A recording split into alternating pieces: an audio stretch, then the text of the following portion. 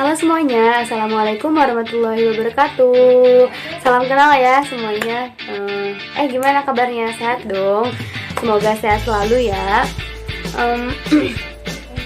Berhubung kita baru pertama kali ketemu, baru pertama kali kenalan juga, tapi langsung pembelajaran.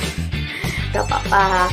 Berhubung dengan pandemi yang seperti ini, kita harus melaksanakan pembelajaran jarak jauh. Nah, salah satunya lewat video YouTube ini. Semoga pasti ada manfaatnya. Segala sesuatu ada manfaatnya dan ada hikmahnya juga. Semoga aja. Dan jangan lupa selalu berdoa semoga pandemi ini cepat beres. Perkenalkan, nama saya Meliana Siti Nuraini, biasa dipanggil Kak Meli, kalau enggak juga Bu Meli. Gak apa-apa, terserah kalian mau panggil apa. Nah, di SMK Kusuma Bangsa SD ini, saya sebagai staf tata usaha sekaligus mengajar pelajaran komunikasi bisnis, khususnya untuk kelas 10 BDP 1 dan BDP 2. Semoga kalian sehat selalu ya. Dan jangan lupa siapkan catatan, buku dan pulpen untuk mencatat yang penting-pentingnya di dalam video pembelajaran kali ini. Dan untuk absen silahkan dicatat di kolom komentar dengan format kayak gini nih, formatnya kayak gini. Nama, kelas, dan kesimpulan. Jadi kesimpulannya ini sedikit aja tentang apa yang kalian dapatkan pada video pembelajaran kali ini. Intinya aja nggak apa-apa. Tetap tonton sampai dari awal sampai akhir ya, jangan di skip-skip. Semangat selalu. Seperti yang sebelumnya disampaikan, bahwa kali ini kita akan belajar mengenai komunikasi bisnis, khususnya untuk kelas 10 BDP 1 dan 10 BDP 2. Disimak baik-baik ya. Oke. Pada minggu kali ini kita akan mempelajari yang pertama, pengertian komunikasi bisnis, yang kedua, tujuan dan teknik komunikasi, nomor 3, bentuk komunikasi, nomor 4, hambatan dalam komunikasi, lalu yang terakhir, keberhasilan komunikasi. Nah, ini semua akan kita pelajari 2 kali pertemuan ya, pada pertemuan kali ini dan pertemuan pada minggu depannya. Baik, langsung saja kita masuk ke materi yang pertama, yaitu pengertian dari komunikasi bisnis. Tapi sebelum itu, menurut teman-teman semua, apa sih komunikasi bisnis tuh? Apakah berbeda dengan komunikasi yang kita lakukan di setiap harinya? Atau hanya berlaku di dunia bisnis aja? Sobat Cok. Sok. Menurut teman-teman semua, apa arti dari komunikasi? Atau ada 2 arti nih, arti komunikasi, bisnis itu bisnis, beda lagi. Sok, apa coba? Nah, kalau misalkan sudah memegang satu kata kunci, langsung saja kita ke pengertian komunikasinya terlebih dahulu ya. Jadi, komunikasi adalah suatu proses penyampaian dan penerimaan pesan atau informasi antara 2 orang atau lebih dengan harapan terjadinya timbal balik. Contohnya, kayak kita gini nih, saya lagi menjelaskan dan teman-teman semua lagi menyimak dan mendengarkan. Nah, ini adalah kita sedang menjalankan suatu proses komunikasi. Nah, dengan harapan terjadinya timbal balik. Nah, timbal baliknya ini contohnya kan kita lagi belajar nih. Nah, di akhir sekarang kalian sambil mencatat, teman-teman sambil mencatat. Lalu di akhir minggu kan catatan itu dikumpulkan. Nah, catatan itu adalah bentuk timbal balik dari proses komunikasi yang sedang kita lakukan ini. Kayak gitu. Contoh lain, misalkan teman-teman lagi pada ngobrol dengan temannya atau lagi curhat. Nah, proses curhat tersebut itu juga komunikasi yang kita lakukan setiap hari, itu dengan orang lain disebut komunikasi. Nah, tetapi kalau misalkan balik lagi ke yang tadi, kalau sedang curhat atau sedang ngobrol, itu diusahakan saling saut menyaut, saling timbal balik.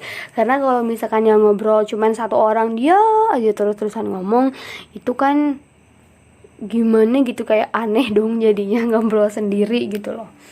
Nah, kalau pengertian bisnisnya itu adalah bisnis ya bisnis, usaha kayak gitu. Jadi komunikasi yang ada di perbisnisan, mungkin kita kan belum tahu pengertian dari komunikasi bisnis yang sebenarnya seperti apa. Oke, langsung lanjut aja. Pengertian dari komunikasi bisnis, gambarnya lope, komunikasi bisnis. Komunikasi bisnis adalah komunikasi yang digunakan dalam dunia bisnis yang mencakup berbagai jenis dan bentuk komunikasi untuk tujuan mencapai tujuan bisnis, serta terdapat norma dan kaidah dan etika dalam berkomunikasi. Seperti itu. Nah, jadi seperti yang sebelumnya disampaikan, pengertian dari komunikasi bisnis adalah bentuk komunikasi yang dilakukan dalam dunia bisnis, kayak gitu. Kayak gimana aja contohnya? Yang pertama, simple. Di sini ada nggak yang punya all shop gitu, kayak jualan online lewat status WhatsApp. Nah, itu juga bentuk dari bisnis loh. Atau ada yang jualan pulsa, itu juga sama. Nah, perbincangan antara si A sama si B misalkan dalam tawar-menawar harga atau dalam menanyakan ini harganya berapa ya, atau ready-nya berapa, gitu-gitu, itu termasuk ke dalam komunikasi bisnis. Itu contoh simpelnya ya. Nah, ini di dalam pengertian komunikasi bisnis juga tercatat untuk mencapai tujuan. Nah, tujuan di sini deal gitu, kayak kita tuh oke aku mau beli, atau aku tertarik dengan barang yang kamu jual, seperti itu. Nah, ini terdapat etika juga. Nah, jadi dalam berkomunikasi bisnis, dalam bisnis itu ada etikanya. Jangan sampai, sekarang kan banyak ya online shop, apalagi di masa pandemi kayak gini, banyak banget yang jadi online shop dadakan. Itu bagus banget, berarti jiwa bisnis kalian juga ada gitu loh. Kita kembali ke etika. Jangan sampai kalau misalkan kita misalkan saya sebagai customer atau pembeli menanyakan kepada penjual kayak gini, ini kok barangnya palsu ya. Nah, boleh sih nanya kayak gitu, tapi kita harus menyampaikannya dengan sopan dan ada buktinya gitu. Jadi jangan asal ngomong, asal ngelantur, menghina barang orang ataupun menganggapnya itu palsu kayak gitu. Nah, itu komunikasi bisnis dalam berjualan. Tapi komunikasi bisnis di sini juga bisa terjadi di perusahaan. Biasanya di perusahaan itu pasti menerapkan sistem komunikasi bisnis. Nah, lanjut, ini ada komunikasi intrapersonal. Berbeda lagi dengan komunikasi atau komunikasi bisnis. Jadi komunikasi intrapersonal itu adalah komunikasi antara dua orang atau lebih yang terjadi pada kehidupan sehari-hari. Nah, contohnya seperti yang tadi disampaikan, kayak curhat atau lagi ngobrol bareng teman-teman kayak gitu-gitu. Itu namanya komunikasi intrapersonal. Nah, ada lagi juga ini komunikasi antar budaya. Ini mohon maaf, kayaknya ada typo, kecepatan ngetik 10 jarinya. Ini komunikasi antar budaya ya, adalah komunikasi antara dua orang atau lebih yang masing-masing memiliki budaya yang berbeda. Contohnya, dua orang sedang mengobrol tetapi bahasanya berbeda. Yang satu pakai bahasa Jawa, yang satu pakai bahasa Sunda, atau yang satu pakai bahasa Batak, yang satu lagi pakai bahasa Ambon misalkan. Ambon. Ya, pasti ada kesalahan arti, itu udah ada kebayang gitu loh. Ada yang bisa ngebayangin gak sih? Baik, di slide kali ini kita akan membahas mengenai tujuan komunikasi. Apa aja sih tujuan dari komunikasi? Kenapa komunikasi itu ada pengertiannya segala, terus ada tujuannya segala gitu? Bukankah kita sudah mempraktikannya tiap hari? Nah, justru itu kita harus tahu juga ilmunya. Langsung saja ke tujuan komunikasi yang pertama, yaitu adanya perubahan sikap. Nah, adanya perubahan sikap ini juga menandakan kalau komunikasi yang kita sampaikan itu tersampaikan gitu loh. Artinya sama-sama paham dua-duanya. Jadi ada perubahan sikap gitu loh. Contohnya, misalkan lagi di sekolah, kata wakase kesiswaan, jangan sampai ada yang terlambat atau masuk sekolah jam 7. Nah, yang patuh itu pasti akan datang pada waktunya gitu, jam 7 kurang udah di sekolah, atau jam 7 udah di sekolah. Seperti itu. Itu salah satu contoh perubahan sikap dalam tujuan komunikasi. Atau bahasa lainnya di dalam komunikasi bisnisnya itu apabila kita setuju membeli produk yang ditawarkan kepada kita gitu, dengan bahasa yang diperhalusnya, dengan kata-kata yang unik untuk mengajak kita setuju membeli barang tersebut. Nah, tentunya kan pasti ada perubahan sikap. Itu adalah tujuan. Lalu tujuan komunikasi yang kedua itu adanya perubahan perilaku. Lanjut aja langsung yang ketiga, ada perubahan pendapat. Nih, ini kan biasanya kalau kita lagi berkomunikasi tidak semuanya akan satu pikiran atau tidak semuanya setuju dengan satu pikiran yang dikeluarkan oleh seseorang tersebut. Tetapi pasti adanya perbedaan pendapat. Ini juga termasuk ke dalam salah satu tujuan komunikasi. Lalu yang terakhir itu ada perubahan sosial. Oke, baik, di slide ini kita akan membahas mengenai teknik komunikasi. Nah, bagaimana sih cara berkomunikasi dengan baik itu? Langsung saja, ini ada komunikasi informatif. Adalah teknik komunikasi yang dilakukan agar orang lain atau komunikan mengerti dan tahu bukan tempe. Contohnya dalam proses konseling. Nah, ini kan informatif. Informatif ini berarti komunikasi yang mengandung edukasi gitu loh, yang mengandung pelajaran dan lain sebagainya, atau yang mendidik lah. Nah, ini teknik komunikasi yang dilakukan agar orang lain atau komunikan. Nah, komunikan ini adalah orang yang mendengarkan gitu. Kalau ada bahasa komunikator, ada juga komunikan. Kalau komunikan itu yang mendengarkan orang lain berbicara, kalau misalkan komunikator adalah pembicaranya. Seperti itu. Silakan dicatat perbedaan antara komunikan dan komunikator. Komunikasi informatif ini contohnya dalam proses konseling. Nih, jika misalkan teman-teman semua yang lagi mendengarkan di sini salah satunya ada masalah nih mengenai keluarga ataupun apa, dan ini juga bisa dibicarakan ke guru BP, curhat sama guru BP biar tenang atau memberikan solusi seperti itu. Nah, pembicaraan dalam hal ini kan mengandung kayak pendidikan seperti itu di ranah pendidikan juga di sekolah bersangkutan dengan guru BP. Ini dimaksudnya ke dalam komunikasi informatif. Lalu lanjut ke komunikasi persuasif. Nah, komunikasi ini adalah teknik komunikasi yang dilakukan agar orang lain bersedia menerima suatu paham atau keyakinan melakukan suatu kegiatan. Nah, persuasif itu adalah artinya mengajak orang lain untuk setuju dengan apa yang kita keluarkan gitu. Misalkan kita punya suatu ide untuk mengubah siswa menjadi teladan atau tepat waktu, disiplin. Nah, kita harus mengajak dong anak-anak untuk ikut disiplin juga. Nah, itu adalah teknik komunikasi persuasif. Seperti itu. Ini juga ada contoh lain seperti mengajak belajar bersama, membuang sampah pada tempatnya. Jadi misalkan persuasifnya itu yang mengarah kepada kebaikan, bukan malah mengajak ke yang itu yang lebih buruk. Oke, lanjut saja langsung ke teknik komunikasi yang nomor 3. Yaitu komunikasi instruktif atau koersif. Ini dari namanya aja instruktif.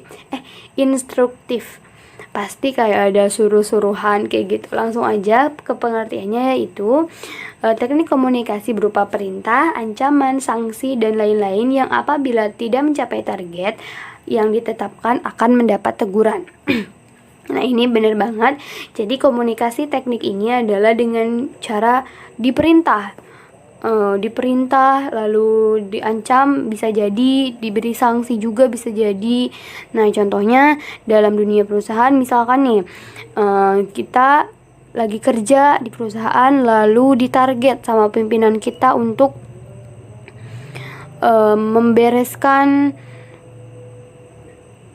kerjaan pada hari itu juga, seperti itu. Nah, kalau misalkan kerjaan kita belum beres, kita pasti akan ditegur atau diberikan sanksi, seperti itu. Itu juga termasuk ke dalam bentuk teknik komunikasi loh. Jadi apapun yang kita lakukan itu kayaknya termasuk komunikasi. Oke, nomor 4 itu ada namanya hubungan manusiawi. Nah, kalau yang ini pengertiannya adalah umumnya dilakukan untuk menghilangkan hambatan-hambatan komunikasi, meniadakan salah pengertian, dan mengembangkan tabiat manusia. Ini lebih ke manusiawi ya komunikasinya. Jadi untuk kita-kita gitu loh. Yang kita-kita yang biasa mengobrol dengan teman atau guru dan lain sebagainya. Waduh, kira-kira udah berapa menit ya kita ngomong kayak gini. Kita percepat aja ya, karena takutnya bosen juga, boring. Karena kan kalau kena pelajaran itu gimana gitu ya. Nah, biasanya 20 menit kalau kita main game atau kita nonton YouTube, film, dan lain sebagainya itu nggak kerasa kalau 20 menit. Tapi kalau 20 menit dipakai kena penjelasan video pembelajaran kayaknya paham sih. Kakak juga pernah ngalamin ngantuk, ini orang ngomong apa gitu, nggak ngerti. Ya udah, kita percepat aja ya. Next, pada slide kali ini akan membahas mengenai tahap-tahap komunikasi. Wih, ada orang lari. Oke, jadi yang tahap pertama yaitu pengirim mempunyai ide atau gagasan. Nah, yang pertama itu pasti misalkan saya mau ngobrol atau mau menjelaskan kepada kalian mengenai materi komunikasi bisnis misalkan. Pasti harus ada idenya dulu nih. Idenya apa ya? Belajar tentang apa? Oh, belajar mengenai pengertian komunikasi misalkan. Udah, itu adalah idenya, pengertian komunikasi. Nah, lalu yang kedua itu pengirim mengubah ide menjadi suatu pesan. Nah, misalkan di sini digambarkan aja bahwa saya adalah pengirimnya, misalkan pengirim mengubah ide menjadi suatu pesan. Nah, si ide yang tadi pengertian komunikasi bisnis itu saya rangkum dan saya kemas sedemikian rupa agar tersampaikan dengan baik kepada teman-teman semua, seperti itu. Jadi menyampaikan nggak gini doang. Hey, kita belajar yuk komunikasi bisnis. Materinya pengertian komunikasi. Nah, enggak kayak gitu doang. Tapi kan pasti teman-teman juga pada bertanya, emang apa sih pengertian komunikasi itu? Kayak gitu-gitu. Lalu yang ketiga adalah pengirim menyampaikan pesan. Nah, ini tahap yang penting banget, karena kalau misalnya kita punya ide, kita udah punya pesan yang mau kita sampaikan, kalau nggak dikirim itu akan jadi bubur gitu loh. Nggak akan ngefek ke apapun kayak gitu. Nah, pengirim menyampaikan pesan seperti ini contohnya melalui video YouTube. Next, nomor 4 yaitu penerima menerima pesan. Nah, sekarang penerima, berarti penerima ini kita ibaratkan teman-teman semua yang sedang mendengarkan ya. Nah, jadi teman-teman di sini lagi mendengarkan, itu adalah lagi menerima pesan dong. Nah, itu adalah tahap-tahap komunikasi. Jadi yang kita lakukan sekarang ini adalah berkomunikasi dalam informatif, edukatif tentunya dalam pembelajaran. Lalu tahap-tahap komunikasi yang kelima adalah penerima menafsirkan pesan. Nah, bukan hanya menerima pesan aja, tapi teman-teman juga harus mendengarkan, menyimak, dan dicatat yang penting-pentingnya. Ini berhubungan banget kayak gitu. Lalu nomor 6, penerima memberi tanggapan dan mengirimkan feedback. Nah, ini juga yang sebelumnya disampaikan, yaitu catatan yang nanti teman-teman ditulis itu termasuk ke dalam tanggapan atau feedbacknya, seperti itu. Oke, alhamdulillahirrahmanirrahim, untuk pertemuan minggu ini kita udah beres. Jadi jangan lupa dicatat yang penting-pentingnya di modul kalian atau di buku kalian, gak apa-apa. Lalu untuk absen itu bukan di grup WA atau bukan di Japri, melainkan ditulis di kolom komentar. Nah, caranya kalian tinggal ketik nama dan kelas kalian aja. Udah, absen, silakan. Nah, jangan lupa diklik like, subscribe, dan terus pantengin channel Kusbas. Assalamualaikum warahmatullahi wabarakatuh. Sampai jumpa lagi.